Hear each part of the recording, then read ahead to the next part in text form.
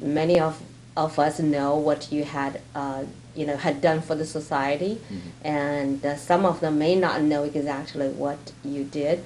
But one of the most rewarding ones that recognize your accomplishments throughout these years is one of the famous one, Ellis Island Medal of Honor. Some of the viewers now probably begin to know because we have a few Asian people got this award. Right. Not many in the United States, even a few USA students, United States president got this award. So when you found out you were the winner, how did you react to that announcement saying, wow, this is one of the lifetime recognition that you could have received? Because only a few U.S. presidents got them. Ellis Island Medal of Honor is really a big distinction because of the recognition part of that. To me, it's a very humble, experience. It gave me the opportunity to reflect on what I have done in life, and then what needs to be done in the future also. So in a way, it's a reflection of looking back of what I have done and then see if I can do better in the future. So I was very privileged and honored to be among those, including, as you mentioned, several U.S. presidents and many Nobel Prize winners who were the recipients as well. I think I was the first Chinese American educator who received this honor. Is any, maybe you can share some how this works with Ellis Island Medal of Honor. How did we apply for that, or we just, because of your accomplishments that were recognized nationwide and they just pick all the applicants? Do you have to do it? What's the procedure here for? I think the procedure was that, past recipients nominate. Okay. And then there's a very big committee to process. But how do they know if, of course, because your recognition, they find you there, so you don't have to do anything? I was asked to provide some information. Basically, kind of like nomination process. Yeah. You provide your information, that the committee begin to review it and evaluate who can be the next candidate for that. Yes, I think there are several thousands of nominations each year. Right. For that. Just like being a full professor, it takes forever, such a long process, right? Yeah, you've got to have a number of committees to evaluate. I'm sure it's that's why it's one of the highest honor, and it's amazing that we got a few Asian people got it. I'm very proud of you, and I'm sure all the Asian people are proud of what you have done for this, for your whole life. You have been in America. Unfortunately, I have to mention that you have been here long enough, more than 30 years. Yes, I've been here for 30-some years. Right. Yes. Your career in teaching and at the Seton Hall that did provide a great place, great resources for you to bring the Asian studies and Asian culture to the Western world. What was the something that you had always in your mind you determined to do when you were a child, or as you said earlier? Was that because of the lack of, you were mentioning something about, was that because of lack of knowledge that the whole world was not aware of our cultures that much? You think that's got you push into, for this goal when you were young? Mm-hmm. You had some impact. You had some idea that you think that was your goal to do the job for this society.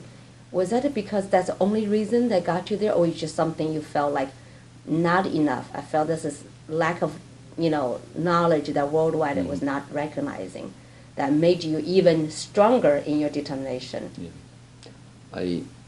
As you said earlier, I was born in Hong Kong, so, in Hong Kong or in China, you're always with your own people.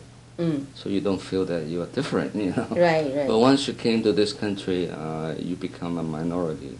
Mm-hmm. Because, the Chinese population in America is less than 1%.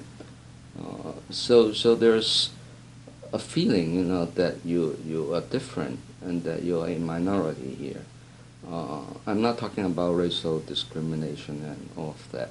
I'm talking about, how you, as a minority, feel in a mainstream society. Mm-hmm. And so to me that, increased my awareness of my Chinese ethnic heritage. And I believe that, as a small minority in this country, we, especially Chinese Americans, need to really go out all their ways to promote their culture to the mainstream people. So for that, I dedicate my life in promoting that in this country. Have you ever thought, well, I did enough. This is too much. I'm a little bit tired. Have you ever had those feelings one day? Something, oh, I really should stop. It's just too much work. I never felt As a human. I never felt that way. Uh-huh. I'm always quite energetic for some reason, and I always try to look for work to do. Always take the challenges, of course. Yeah, because I want to push further and further. I mean, there's no limit for anything. If you identify with something, if you want to reach that goal, then you have to work hard for that. So success does not come easy, it has a price tag on it. So I think, the persistence part is a necessity.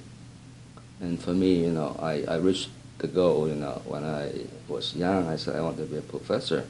But then there's so many levels of professors. Right. And beyond professor, what do you want to do? I mean, I want to reach out to the community, to the society. I want to reach out to the nation and to the world, for that matter. Utilizing all your... So therefore, I push myself further and further in reaching my goal. This goal can be revised from time to time, so that I can push further.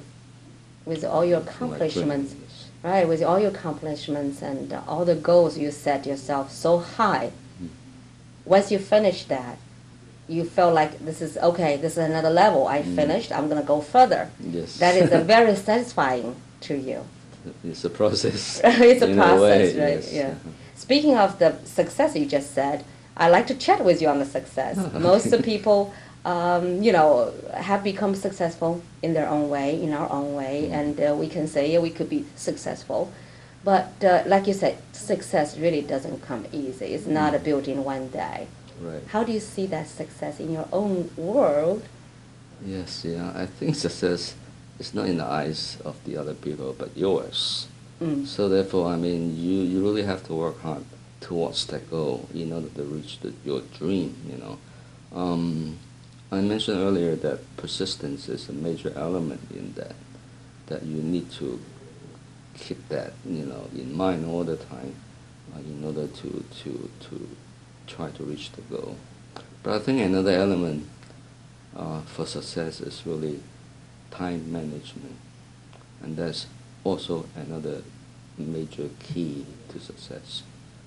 Because everybody has only 24 hours. Nobody can have more and nobody can have less. How come some people can be so successful by using 24 hours a day? And how come some people don't still say, I don't have enough time, and yet I cannot accomplish anything? So prioritize your things is the first step. You need to link your time with your major goal, and you try to reach towards that goal. Some other things that are not important, not related to your main goal, you can put that aside sometimes. You do it when you have, leisure time.